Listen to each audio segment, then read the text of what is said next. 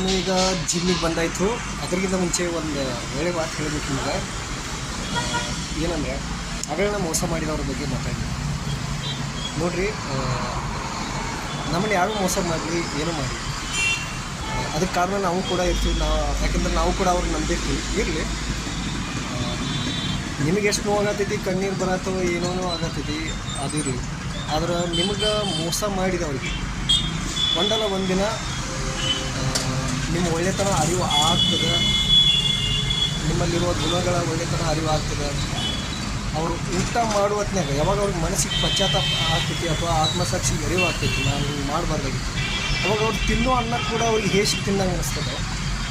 ಆಮೇಲೆ ಅವ್ರು ನಿದ್ದೆ ಮಾಡಬೇಕಂದ್ರೂ ಪ್ರತಿ ರಾತ್ರಿ ಅವ್ರಿಗೆ ನರಕ ಅನುಭವಿಸ್ದಂಗೆ ಆಗ್ತದೆ.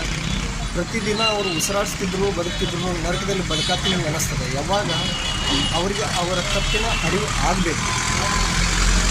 ಕೆಲವು ಜನರಿಗೆ ಅವ್ರ ತಪ್ಪಿನ ಅರಿವು ಆಗಂಗಿಲ್ಲ. ಕೆಲವು ಜನಕ್ಕೆ ಒಟ್ಟು ಅವ್ರ ತಪ್ಪಿನ ಅರಿವು ಆಗಂಗಿಲ್ಲ. ಯಾಕಂದ್ರೆ ಅಂಥವ್ರ ಆತ್ಮಸಾಕ್ಷಿನೇ ಇರೋಂಗಿಲ್ಲ. ಅವ್ರಿಗೆ ಆತ್ಮಸಾಕ್ಷಿ ಸತ್ತಿರ್ತದೆ. ಅವೆಲ್ಲ ಸತ್ ಹೆಣಗೊಳಗತ್ಲೆ ಇರ್ತಾವೆ. ಅವು ಅದನ್ನೆಲ್ಲ ನಾರ್ಕೋತಿರ್ತಾವೆ. ಕಾನೂನು ನಾರ್ತಾವೆ. ಇನ್ನೊಬ್ಬರ ಜೀವನದಲ್ಲಿ ಹೋದ ನಂತರ ಅವ್ರ ಜೀವನನ ನಾರ್ಸ್ಕೊತಿರ್ತಾವೆ. ಅಂಥ ಜನರು ಅದಾರೆ. ಆತ್ಮಸಾಕ್ಷಿ ಸತ್ತಂಥ ಜನಗಳು ತನ್ನ ಜೀವನನ ತಾಣ ಹಾಳು ಮಾಡ್ಕೊಂಡಿರ್ತಾರೆ. ನಿಮ್ಮ ಜೀವನ ಏನು ಹಾಳು ಇರಲಿ. ಹೇಳೋ ಉದ್ದೇಶ ಇಷ್ಟ, ಜೀವನದಾಗ ಕ್ಷಣಗಳು ಯಾವತ್ತೂ ಕೊಂಡು ಸಿಗೋಂಗಿಲ್ಲ. ಅದನ್ನ ಯಾವುದೂ ನೋಡಿದಾಗ, ಯಾರ್ದು ನೆನಪಿದಾಗ, ಯಾರ್ದು ಕಣ್ಣೀರ್ದಾಗ ಕಳಿಬೇಡ್ರಿ.